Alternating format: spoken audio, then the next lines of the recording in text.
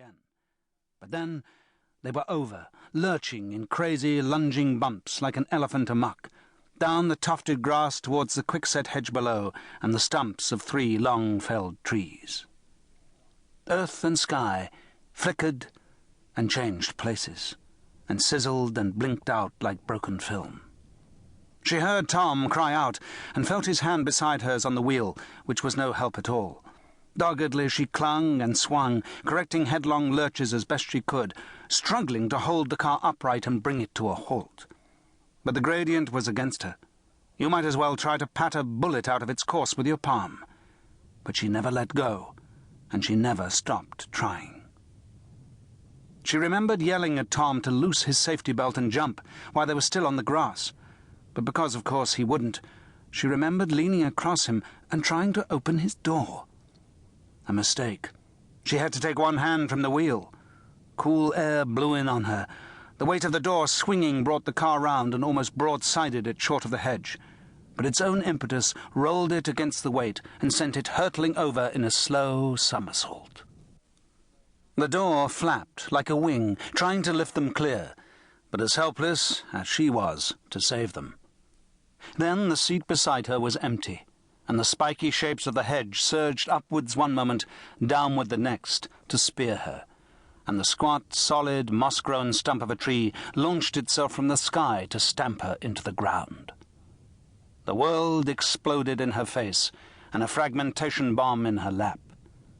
And then there was darkness, aeon upon aeon of darkness, and the last thing she knew, extended diminuendo long after everything else was gone, was her own voice, or perhaps only the silent phantom of her own voice, lamenting inconsolably, "My God, what have I done? I've killed poor Tom. My God, what have I done? I've killed Tom. I've killed him. Killed him. Killed him."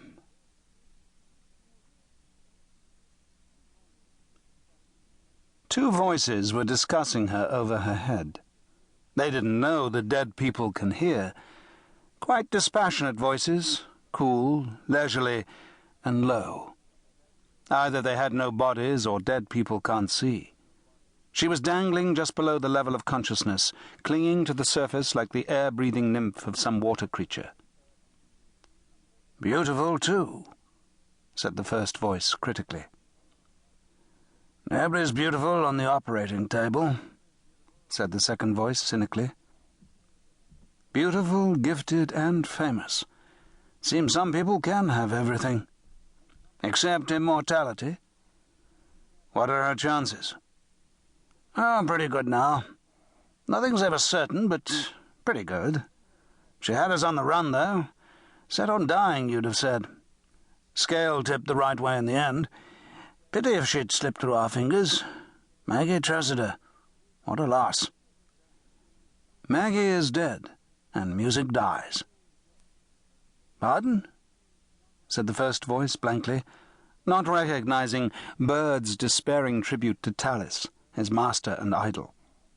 But Maggie recognized it, and was enchanted, disarmed, humbled.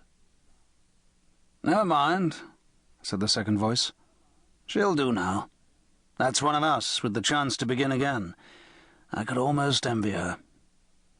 Something pricked her thigh. She went down again, gratefully, fathoms deep into the dark. Faces loomed, receded, and vanished like puffs of smoke. Voices, some of them real and some illusory, whispered, barked, shouted, fired themselves like pistol shots from every corner of unreality in the crazy round dance of disorientation. Hands lifted her.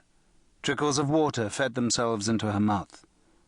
There were periods of light and sense, but she always lost them again before she could orientate herself or make anyone understand her. Pain, never acute, but never absent, ebbed and flowed in a capricious tide. Through a shadowy underworld spiky with quickset hedges and shattering glass, she pursued and was pursued at every lucid moment, reaching out feverishly after whoever was nearest. "Tom! Please find Tom!"